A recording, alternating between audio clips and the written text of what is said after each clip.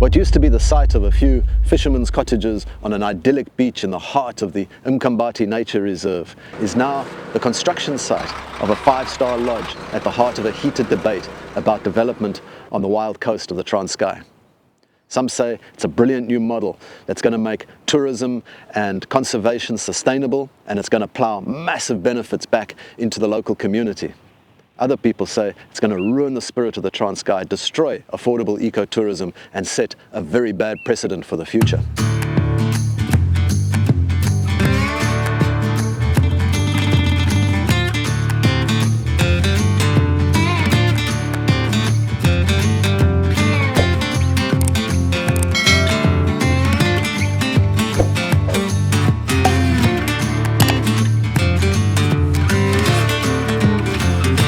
The original Mpondo inhabitants of Mkambati were forced off the land in 1922 to make way for a leper colony. African people affected by the leprosy epidemic that was in the Eastern Cape at that time were treated here, and then it also became a holiday destination for white people with leprosy from other parts of the country. Sorry, it's just quite ironic. It's like early wild coast tourism. Anyway, somebody found a cure for leprosy, thank God. And Mkambati evolved into this kind of government-private partnerships around tourism, conservation, hunting, and was eventually declared a protected area in 1977. The history of Mkambati deserves an episode all on its own, and we'll do one if that's what you want. But for now, it's enough to know that the original inhabitants, now about 40,000 people living in the 7 villages surrounding Mkambati Nature Reserve, formed the Mkambati Land Trust and laid claim to the Mkambati Nature Reserve. They won the land claim in 2002, so now the Mkambati Land Trust is the official owner through title deed of the Mkambati Nature Reserve. The Nature Reserve is managed by the Eastern Cape Parks and Tourism Authority, and one of the conditions of ownership is that it remains a nature reserve in perpetuity. The Mkambati Nature Reserve is a key component in the conservation of the Pondoland Centre of Plant Endemism, an internationally recognized region of sandstone that has an incredible amount of endemic plants. This tiny reserve, it's only 7,500 hectares, is home to over 1,400 plant species. The centre has been adopted by Conservation International and is recognized as a biodiversity hotspot, which means that the global conservation of biodiversity is dependent on this regional conservation of biodiversity. This is a reserve of global importance. The Nature Reserve is also accompanied by one of South Africa's 42 marine protected areas, the Pondoland MPA, which runs the entire length of the reserve shoreline. Mkambati has become a favorite holiday destination for those in the know. It's an incredible place with so many attractions, from the rivers to the beaches, waterfalls, huge gorges, vultures. Everything about it screams idyllic wild coast adventure. And if you knew how to get a booking at either the sandstone lodge that overlooks the Umzikaba River or the Gwe Gwe cottages with their virtually private beach, it was a very inexpensive ticket into paradise. Mkambati has also become a major attraction for the growing ecotourism ventures that guide hikers and cyclists and horse riders up and down the wild coast. The people who run these businesses, and many of them are local Transkei people, they own their own businesses, have relied on the freedom that the Transkei has always offered, the freedom to just walk along this coastline uninterrupted for kilometers and kilometers, for hundreds of kilometers, being welcomed wherever you go and just sharing the magic with people who love and care for the wild coast. The freedom of Mkambati that some people have been enjoying is coming to an end because of the new lodge development at Gwe Gwe. The developers say that day visitors and hikers and tour operators are no longer going to be able to walk through their concession without booking and paying. They say they're just bringing order to what was fast becoming a free-for-all. Hikers may not be able to come to this beach anymore. And also, they're going to have to take an inland route to avoid the lodge completely. And some major attractions like the Mkambati Falls and Falls may not be accessible, depending on the needs of the hotel guests. Somehow we've got to all get on together, and we're not fighting anyone other than sometimes having to defend what we're doing, which we might be considered a little bit unreasonable. But I think a conversation like this goes a long way to providing clarity as to why we're doing this and what we're doing it for and what the upsides are and what the benefits are. The developer's side of the story begins with the owners of this land, the 40,000 people who mostly come from the 7 villages bordering the Mkambati Reserve, the members of the Mkambati Land Trust.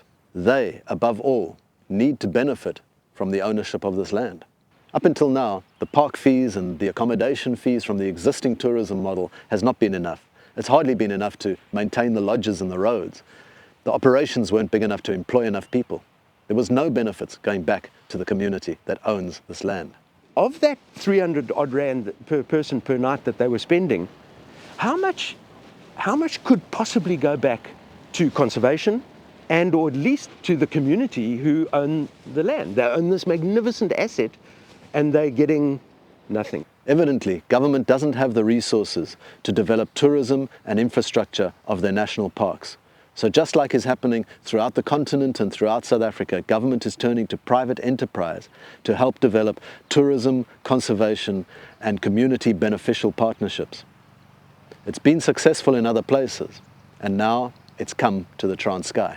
There is no subsidised funding for managing game reserves and providing hospitality in game reserves, whether they're provincial or whether they're national.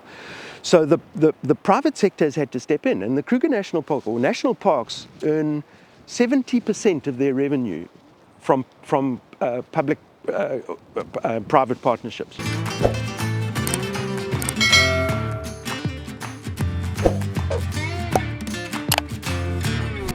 It's taken about 20 years for the Mkambati Land Trust to get the development to the point that it is now. In the beginning, there were complications with the concessioning and people pulled out of the deal and they had to start again. About 10 years ago, after another extensive tendering process, Mkambati Matters were awarded the concession on an exclusive use basis for 49 years to manage and develop the northern part of the Mkambati Nature Reserve. Mkambati Matters is a private company with a long track record of community-partnered lodge developments right throughout Africa. Their mandate in a 3-way partnership between themselves, the Eastern Cape Parks and Tourism Authority and the Mkambati Land Trust is to conserve the natural heritage of the park whilst developing ecotourism and returning as much financial reward to the partners as possible. The design and the concept has been through many iterations. It took a long time to get all the environmental approvals that are required. Not easy, this is the middle of a nature reserve, biodiversity hotspot. And then of course there was COVID. But finally, last year, Mkambati Matters got the final approval to develop this 30-bed lodge on the site of the old Gwe Gwe cottages and 10 separate villas, 8-bed villas, like wings to the lodge, that are going to be privately leased to private investors. That's the kitchen with the dining room in front, lounge and reception areas in the middle of the building, and then the bar on the right-hand side. And this is a family suite. The bed is situated here, and there'll be an outdoor shaded gazebo off to one side. So these two are in a similar state of completion, about to start plastering. What kind of roofs do they get? Are they pitched or? They're flat sheeting. Flat sheeting. There's a pile of sheeting over here. You hardly go up at all. So again, that's the point in the design, is we wanted to keep this thing as low to the ground as possible. So it's going to be beautiful. From what I've seen and what I can imagine, the lodge is going to be stunning. Once the building site is cleared up and the gardens restored, it's going to be an incredible place to visit.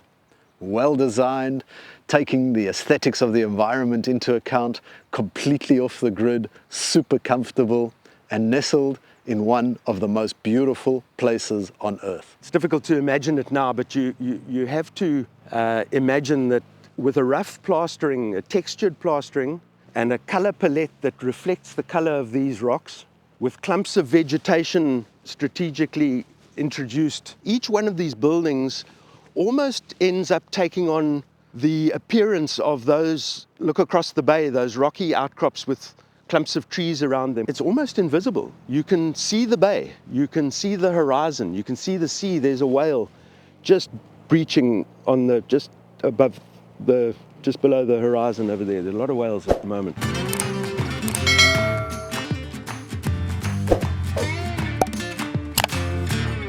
So how do the beneficiaries of the Mkambati Land Trust benefit from the development of a 30-bed lodge and 10 seaside villas? Well, in the construction phase, there's a benefit through employment and skills development. There's about 60 people employed on the construction site. 70% of the construction staff are local. 70% of everyone. So we brought in a team of specialist contractors who are now imparting skills into the community. And then going forward, when the lodge is operational, employment and skills development will be ongoing. They plan to employ about 2 people per guest. So that employment could rise to as high as 230 people. And then there's the community-based supply and support businesses that are planned, like the supply of fresh vegetables, fresh salads and fresh meats to the lodge kitchen.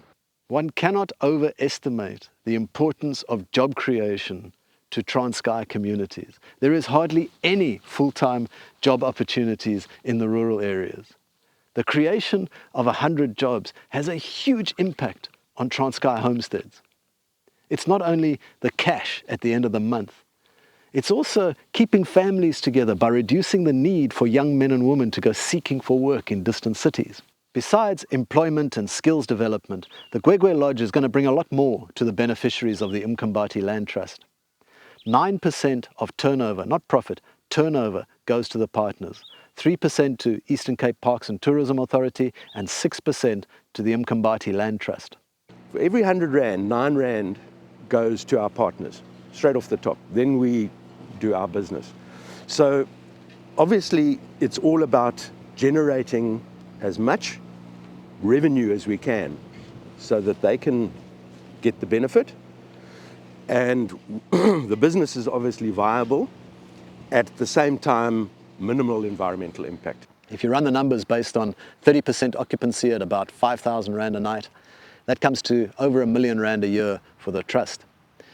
And that doesn't include their share of the leases for the private villas. Those go at 5 million Rand a piece. Probably cost another 10 million Rand to build one villa. So it's clear that this model is going to bring a lot more financial benefit to the community than any model that preceded it. Nature conservation benefits from the 3% turnover going to the Eastern Cape Parks and Tourism Authority, as well as the creation of a new NPO, a non-profit organization, to manage and conserve the concession. The NPO will be funded from daily park visitor fees and 1% of turnover from the lodge. The NPO in turn will be funding things like research and the training of conservation monitors and other assets that are required to conserve and manage the concession properly. What a lot of people get freaked out about is they say, no, Mkambati Matters is gonna make money out of it. I hope so. We've got to make money, otherwise we pack up and go home. That's commerce. Everybody, and it comes back to, again, this thing, there's no free lunch anymore, and that's why this reserve needs private sector investment, because government doesn't have money to run this reserve. This reserve and all its value is gonzo if we weren't here, and that's just a fact. Building sites are always ugly, and it, you know, people, and I understand it, you know, people see this mess going on and it looks very disruptive and it looks impactful on the environment, but all of that mess that you see gets taken away and it's cleaned up and the environment is restored. I must assume in favor of the developers that the environmental impact assessment and all the environmental permissions are all there and 100% above board. I don't see how they couldn't be. I'd be very happy to do another episode from a different point of view, especially if it's backed up by evidence. So if you look here, on the site, this little existing rocky outcrop has been cordoned off, and we've informed everybody that they're not allowed to go in there, and that's the reason why. So the Pondoland dwarf gecko lives amongst others in these rocky outcrops, and despite all this construction going on, he's safe. Have you seen a Pondoland? I thought I saw one. I thought I saw one once, and funnily enough, it wasn't in the rocky outcrops. It was out here in the grass somewhere. They're gonna be all over the villas. They're gonna leave home. They're gonna say, "Look at these villas. We've got concrete places. We've got ceilings we can walk on." I assume that there's no laws being broken. Like, for instance, Decree 9. Decree 9 is the law that forbids the construction of new developments within 1 kilometre of the Wild Coast shoreline. There's a lot of places excluded from Decree 9, and I understand that this is excluded from Decree 9 because it's owned through title deed by the Mkambati Land Trust. It's private property. My name is Daniele Wellington Tonga.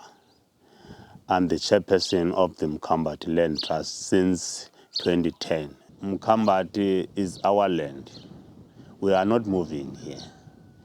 We know that if the car is moving, dogs are coming to say, how. I don't care about that.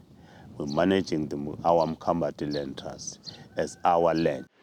Transkei communities are very easily split over development issues, especially when there's big money involved. But those kind of divisions are normally well publicized. And I've seen no evidence to suggest that the Mkambati Land Trust is in any way divided. A lot of people have more recently become aware of what was going on and are saying, why were we not consulted?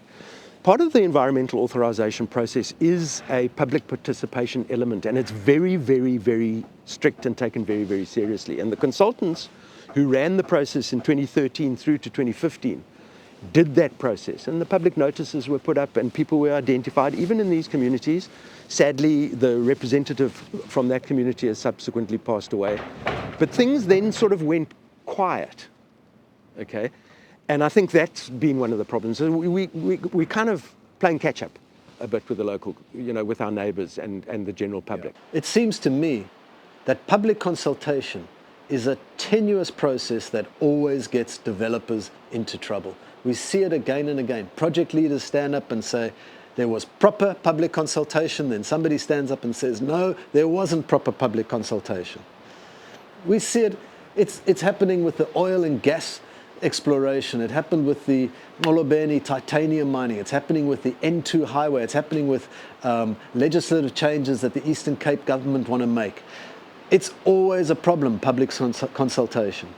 Now, this, I know, deserves an episode all of its own, and hopefully one day we'll understand how it works, how it's meant to work, and how it actually works. But as far as the Gwe Gwe development is concerned, I've been assured that proper public consultation did take place, and I don't see how they could have got the environmental permissions required if the process wasn't proper.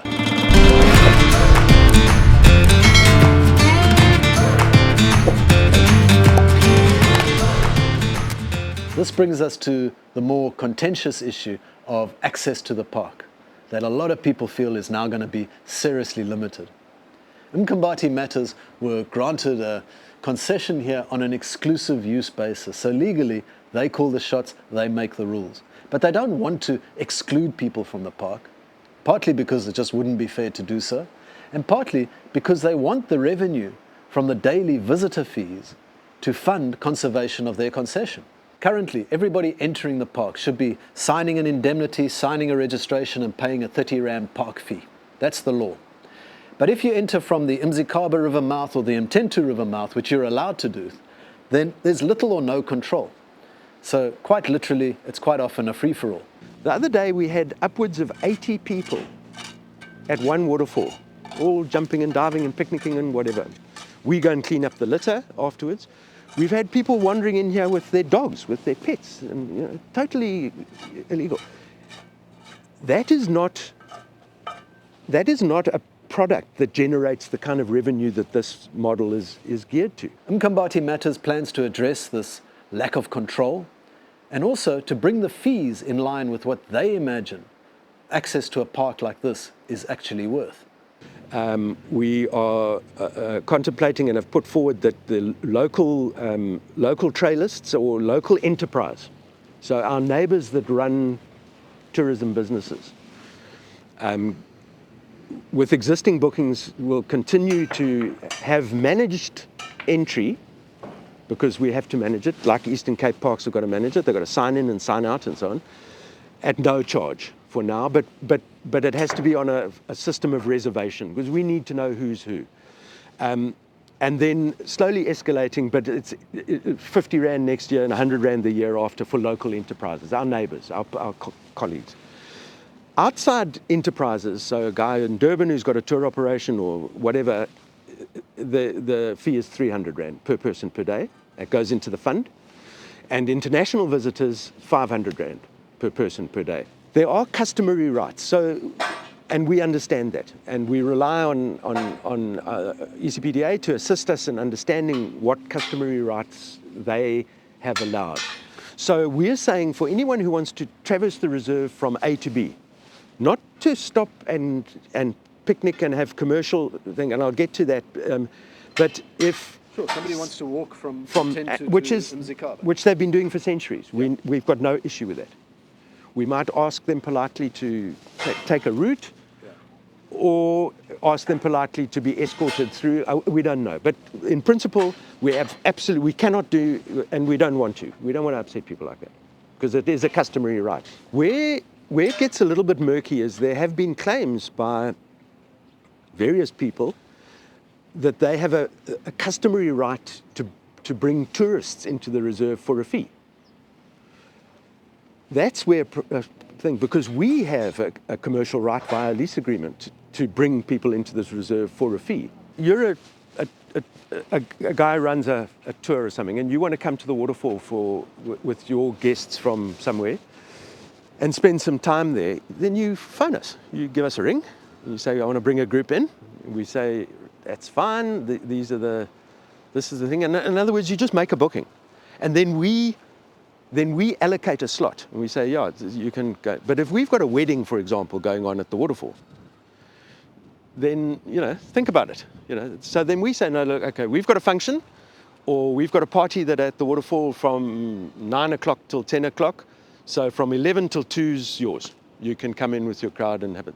That kind of thing. And this is still a bit fluid. The freedoms that we all enjoyed, I can remember going to Lepatan as a student, and they had community policemen that would come down, and there's a sand dune that you wouldn't be allowed to camp in. I don't know if you can, I haven't been there for years, but with beautiful milkwoods on, and you could drive your bakkie sort of up onto a little thing under the milkwoods, and we camped there, fish and play, and the community policeman would come along, and there'd be a small little transaction, and he's there to sort of keep the peace and look after things, and he would announce the rules and regulations for being there. And the most important rule was you are not allowed to being naked. That was the main rule. Nothing about dope, nothing about mussels off the rocks, nothing about undersized crayfish, nothing about anything. So there was this delightful freedom all the way up and down the Wild Coast. I know it. But we also know that there's a lot of other places that we now restricted. There are a lot of things that we used to do with gay abandon that we just can't do anymore. And the sad part of it is the losers, that free-for-all that has kind of happened, that we have all enjoyed over time on the Wild Coast, would have been at the detriment of this reserve and its environment and whatever. Things, you can't allow a free-for-all of people coming in with their dogs and whatever the case may be, and then stop the community coming in to take a few eland home for the pot. You know what I mean? So you've got to have a consistency of this is how it's going to be managed. And so for the sake of the biodiversity and for the sake of the benefits to the community, I'm afraid and if we're going to be the bad guy, then so be it, then we'll be the bad guy. But I don't think we are the bad guy. I think we're just kind of getting some normality back to what was rapidly, potentially becoming a free-for-all.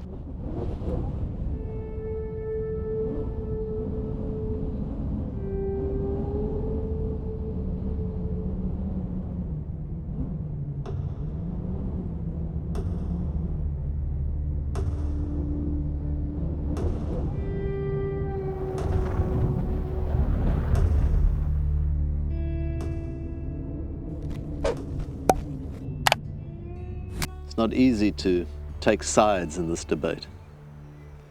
I totally get why some people are upset that the access that they used to have to Mkambati is now going to be somewhat restricted. It's probably going to become less accessible as time goes on. These new controls are going to affect some of the guiding and hiking businesses that have been operating here for years, many of them owned and operated by local people and local communities. Some of those operators have been instrumental in years of passionate fighting for the conservation of the wild coast, for the conservation of Mkambati, and now, in the name of conservation, their access to Mkambati is going to be restricted. Their presence is no longer required. Rich people are going to look after the land now. What about the hikers, the cyclists, the fishermen, the holiday makers, people like me who have always had inexpensive access to this wonderful playground? Do we just have to accept that it's becoming the playground of the rich? It's sad to see the wild coast changing like this. On the other hand, the previous model was not providing enough economic benefits to the community. This model could be very good for the owners of this land. This could be very good for the economic development of the region. It's better than oil exploration or titanium mining or building smart cities or another casino. It's much better than that, that's for sure. It could be very good for the conservation of this globally important hotspot of biodiversity, the Mpondoland center of plant endemism. Maybe government doesn't have the resources to develop and manage and conserve their nature reserves.